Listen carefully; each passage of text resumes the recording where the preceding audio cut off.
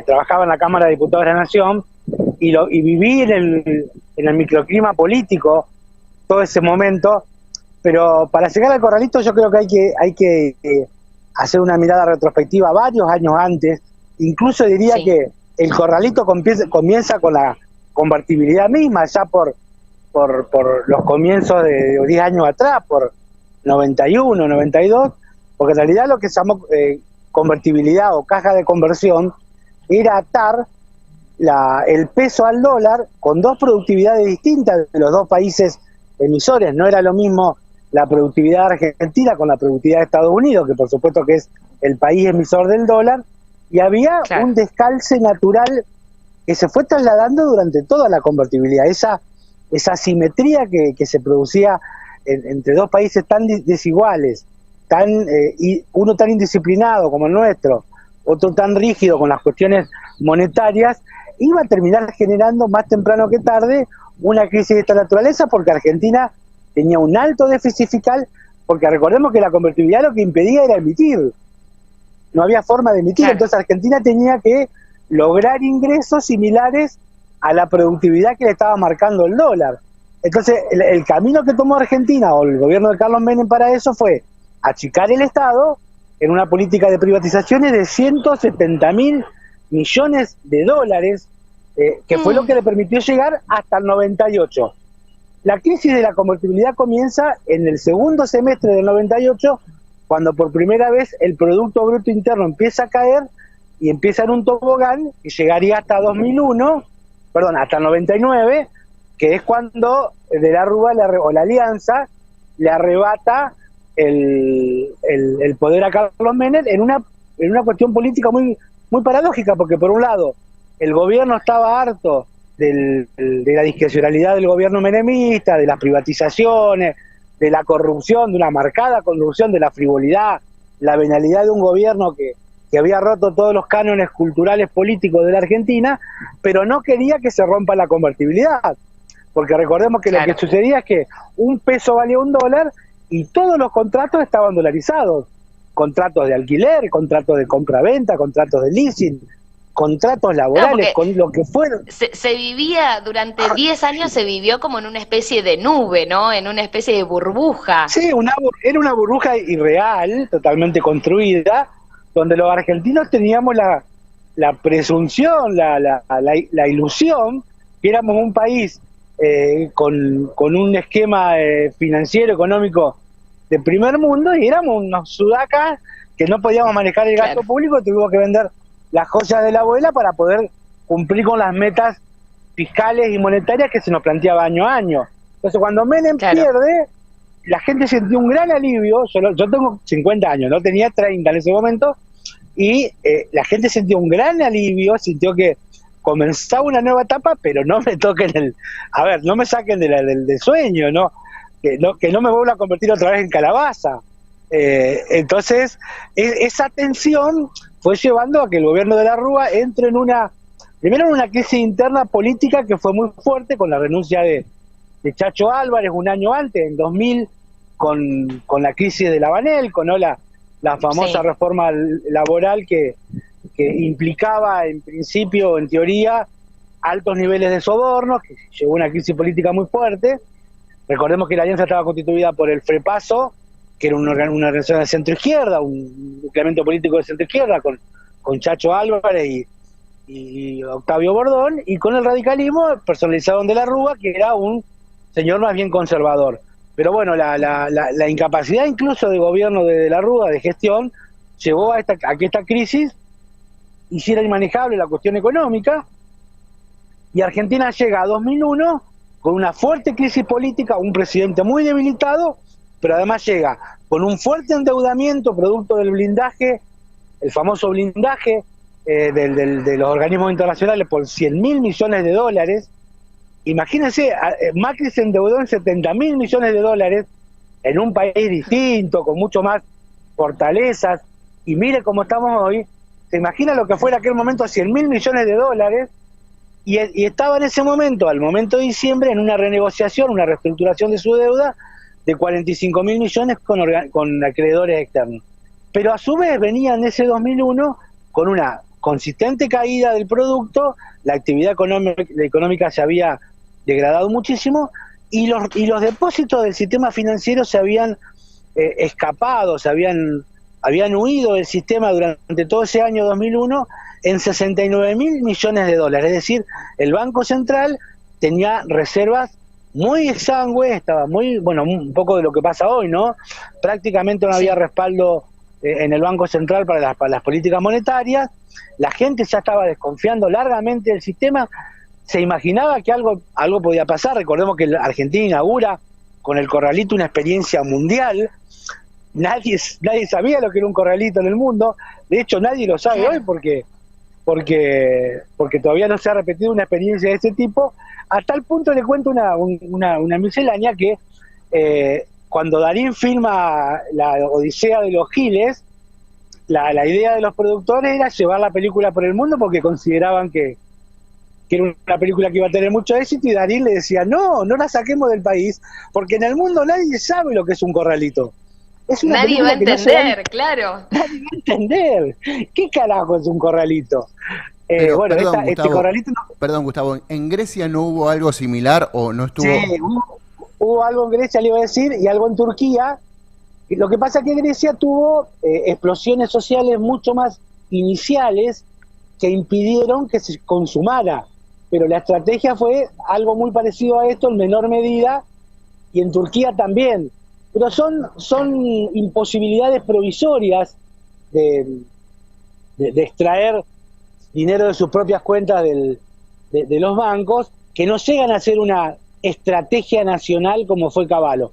El 1 de diciembre, el ministro Domingo Felipe Cavallo, superministro por ese tiempo, ante la evidencia de que el país se quedaba sin reservas, emitió el famoso decreto, o lo comunicó al menos, donde decía que los argentinos iban a poder solamente extraer 250 pesos dólares de sus cuentas y una serie de restricciones en cuanto a movimientos financieros y monetarios, y brindó la posibilidad de que la gente utilice más las tarjetas de crédito y débito con descuentos en el IVA. Lo que pasa es que todavía... Gustavo, perdóname que te interrumpa, Sí. ¿crees que Cavallo en ese momento tenía alguna otra opción como medida de emergencia, o el corralito era la única medida a tomar en ese momento?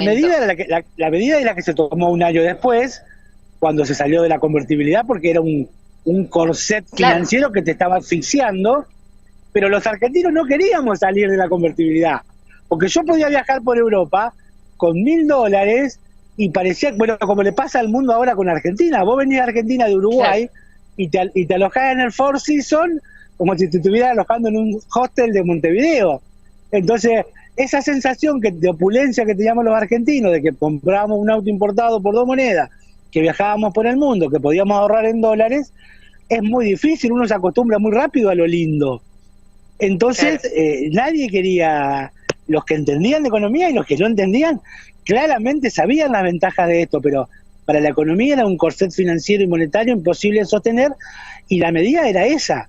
De la Rúa se resistía, Cavallo se resistía, y los presidentes que vinieron después también se resistieron, porque los 5 presidentes que tuvieron que salir en una semana del gobierno, incluso el puntano Rodríguez A, que había sido aplaudido cuando decretó el default en el Congreso Unificado, también debió irse porque no podía sostener una convertibilidad sin dólares. Es lo que pasa un poco en la Argentina de hoy, no podemos sostener un gobierno populista sin dólares en el Banco Central. En aquel momento no podíamos sostener una convertibilidad sin dólares, entonces lo que había que hacer era salir de la convertibilidad, pero nadie lo quería. Entonces a Cavallo se le ocurrió esta idea, prohibirle a la gente tocar los dólares que estaban en el sistema financiero, que no eran pocos, eran más de 25.000 millones, que recién terminaron liberándose un año después, el 2 de diciembre, cuando Eduardo Duhalde libera, o en todo caso Roberto Labaña, libera esos fondos, terminando con una de las partes del corralito, porque después se produjo lo que era la especificación asimétrica, inmediatamente de 2001. ¿Qué era la especificación asimétrica? Era, los bancos debían reconocer a 1.40 los depósitos que estaban a $1 con el dólar, pero las deudas que teníamos los argentinos con los bancos se especificaban en $1. Entonces, los bancos perdían mucho dinero, después el dólar llegó a estar 1.70, después llegó a estar 3.50, pero en ese momento esa especificación asimétrica fue darle un bono a largo plazo a los bancos para compensar la pérdida que iban a tener por esta especificación asimétrica de 1.40 a 1. Ese 40% fue cubierto por un bono que los bancos terminaron cobrando 10 años después. Pero bueno, en ese momento la gente también sintió un alivio porque mucha gente hizo grandes negocios con esa especificación, porque vos tenías... Claro. Pasaste a tener $1 a 1 a $1 a 3.50. ¿Se acuerda que fue una devaluación del 350%? Por ejemplo, el campo había sembrado la soja a $1 en diciembre. Un día se despertó en enero, a los 6 días, y el dólar valía 3.50. ¿Te imaginas lo que era el impacto en la cosecha? Bueno, después vinieron las multinacionales y le obligaron a pagar los insumos que estaban dolarizados al valor real de la devaluación. Pero una persona que había comprado un departamento en dólares, hoy tenía un departamento que valía $100.000, valuado en 3.50, y tenía que pagar las cuotas que había comprometido en dólares en pesos. Entonces, también Tremendo. Muchos argentinos hicieron grandes negocios con esa especificación asimétrica. Entonces, terminó generándose un combo que en diciembre de 2001, a posteriori ya venía la sociedad muy golpeada por la crisis económica de 4 años antes. La crisis laboral era muy fuerte. Y encima la clase media se sentía ultrajada, le habían metido la mano en el bolsillo, porque le habían impedido sacar los dólares. ¿Por qué digo la clase media? Porque los sectores más acomodados tenían información privilegiada que les permitió sacar los dólares días antes y tenerlos en cajas de seguridad o en otras inversiones, y se preservaron del corralito. Pero la clase media fue la que terminó impulsando los desmanes del 20 de diciembre, que produjeron una gran cantidad de muertos y que generó una crisis institucional muy fuerte, porque no estaba ahí solamente en riesgo la moneda, no estaba solamente en riesgo el sistema financiero, quedó en riesgo el Estado como órgano constitutivo de una sociedad, y la gente pidió que se vayan todos, pidió que se fuera el Estado. Es que aparte no nos olvidemos de la gran frase, el que depositó dólares recibirá dólares. O sea, también como que había una mentira y una provocación, si se quiere, para el que podía razonar en todo ese momento de crisis que te llevaba sin lugar a dudas a donde se llegó. No, fue una crisis tan fuerte, y es verdad. Bueno, yo creo que eso fue lo menos dramático que se dijo, porque en definitiva, sí, temprano, totalmente. Con Quita más, creo que a esa altura la posición del poder, de no poder enfrentarlos el peronismo que iba a Estados Unidos a pedirle a los organismos internacionales que no auxilien a Argentina, que minó también el poder institucional de la Rúa, terminó sobrepasado por la situación, y debieron organizar este gobierno de emergencia de Duhalde, que generó una devaluación monstruosa. La forma de salir de la convertibilidad fue una devaluación monstruosa que terminó perjudicando aún más los salarios, perjudicando la estructura laboral. ¿Usted se acuerda? Bueno, usted no se acuerda, dice que era muy chica, pero la gente hacía huertas en su casa, los comercios estaban armados, había guardias armados con itacas en las puertas de los comercios, una situación de pillaje permanente, había gente en la calle todo el tiempo a cualquier hora del día. Es una situación de anarquía que yo difícilmente recuerdo en el siglo XX haber visto en algún lugar, porque fue realmente dramático. Argentina ingresa al siglo XXI de la peor manera, y esta crisis se profundizó además, por las crisis de las provincias. Las provincias estaban endeudadísimas en dólares, y terminaron, como no había circulante, no había la posibilidad de emitir, estábamos con una crisis permanente de reservas, emitieron cuasimonedas, 17 cuasimonedas en todo el país, cubrieron de un título provincial totalmente devaluado. Yo lo recuerdo porque en Santa Fe se manejó el LECOP. El LECOP eran las letras de coparticipación, es decir, eran letras de emitidas por el gobierno nacional, lo cual no se devaluaba. Santa Fe nunca sufrió la devaluación de su cuasimoneda, porque no emitió cuasimoneda propia y porque tuvo cuasimoneda nacional, es decir, el gobierno, porque además como estaba avalada por la coparticipación, no tenía posibilidad de devaluarse. Sí, la gente confiaba en eso. Pero Entre Ríos, por ejemplo, llegó a tener el federal en 27% de su valor. Cada federal, que en definitiva que era una emisión por 1,07 pesos, porque se suponía que ese federal, cuando vos lo fueras a devolver al Banco de Entre Ríos, que era el aval de esa emisión, te iban a dar un 7% de interés. O sea que si vos lo compraste a 1 peso, te tenían que dar 1,07. Valía 27 centavos en las cuevas. Los comercios no te lo aceptaban. Puede ser, Gustavo, puede ser que mucha gente de Santa Fe iba con los Lecop o con pesos a comprar a Entre Ríos.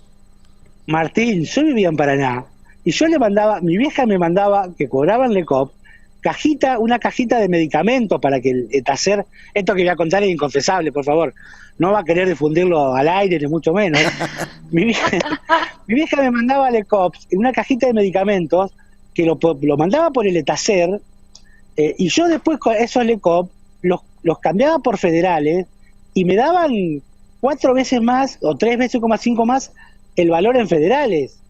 No sé si me entiende lo que digo. Sí. Mi vieja me mandaba una encomienda con el Etaser, con 100 federales, con 100 Lecops, y yo los cambiaba por 350 federales que me permitían comprar mucho más de lo que compraba en cualquier lado, obviamente productos muy restringidos, porque la canasta que aceptaba federales, los comercios eran muy pocos y los productos eran muy pocos, leche, harina. Era como si te mandara dólares. Pero claro, era como si me mandara euros. Yo tenía una huerta, yo estaba casado, tenía una huerta con mi ex mujer, donde sacábamos y estoy hablando de un profesional, de 2 profesionales, de 2 tipos que teníamos nuestros trabajos, teníamos 5 trabajos, perdimos 4. Bueno, comprábamos harina y hacíamos con harina fideos, galletitas, pan, y esa situación de angustia no espero volver a vivirla nunca más en mi vida, porque fue realmente dramático. Y la crisis de la cuasimoneda terminó también generando una crisis peor en las provincias, con la sensación de que no había moneda. Pues eso, fue una crisis monetaria, fue una crisis económica, fue una crisis política de Estado, que terminó afortunadamente gracias a la devaluación, gracias a los precios exorbitantes de las commodities, que se ubicaron en $600 con Néstor Kirchner, y eso permitió superávit gemelo, superávit fiscal y superávit comercial, y la posibilidad de recuperar la cuasimoneda, de ir saldando las deudas y demás, y reorganizar el país. Pero pasaron 10 años para que las secuelas del corralito, las secuelas materiales, digo, porque las otras secuelas morales, psicológicas de las personas que vivieron eso, y los familiares de los muertos y demás, difícilmente lo olviden, pero fue una crisis que no tuvo parangón con otra en la Argentina en los últimos años y que inauguró una forma distinta de la participación popular, de la gente en las calles, de los cacerolazos. Fue una disrupción, fue realmente disruptivo. Perdón que te interrumpa, Gustavo, pero ya para ir cerrando, porque no te quiero sacar más tiempo, sé que estás con tu programa también en la radio en la ciudad de Paraná, para empezar, ¿no es cierto?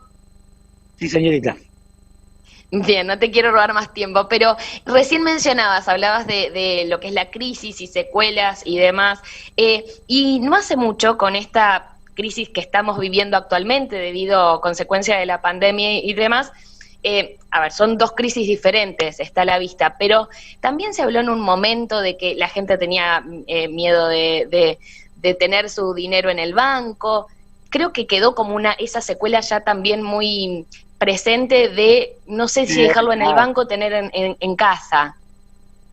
Lucía, sin duda que ese temor que se vio estos días es una rémora de aquellos días. Hoy no hay ningún motivo por el cual la gente debe temer por sus depósitos, porque el Banco Central tiene un encaje muy alto, hay más de 25.000 millones que están cuidando los depósitos que son de la gente, que los bancos no pueden disponer, que tampoco pueden disponer el Banco Central. Sin embargo, uno ve la vaca y llora.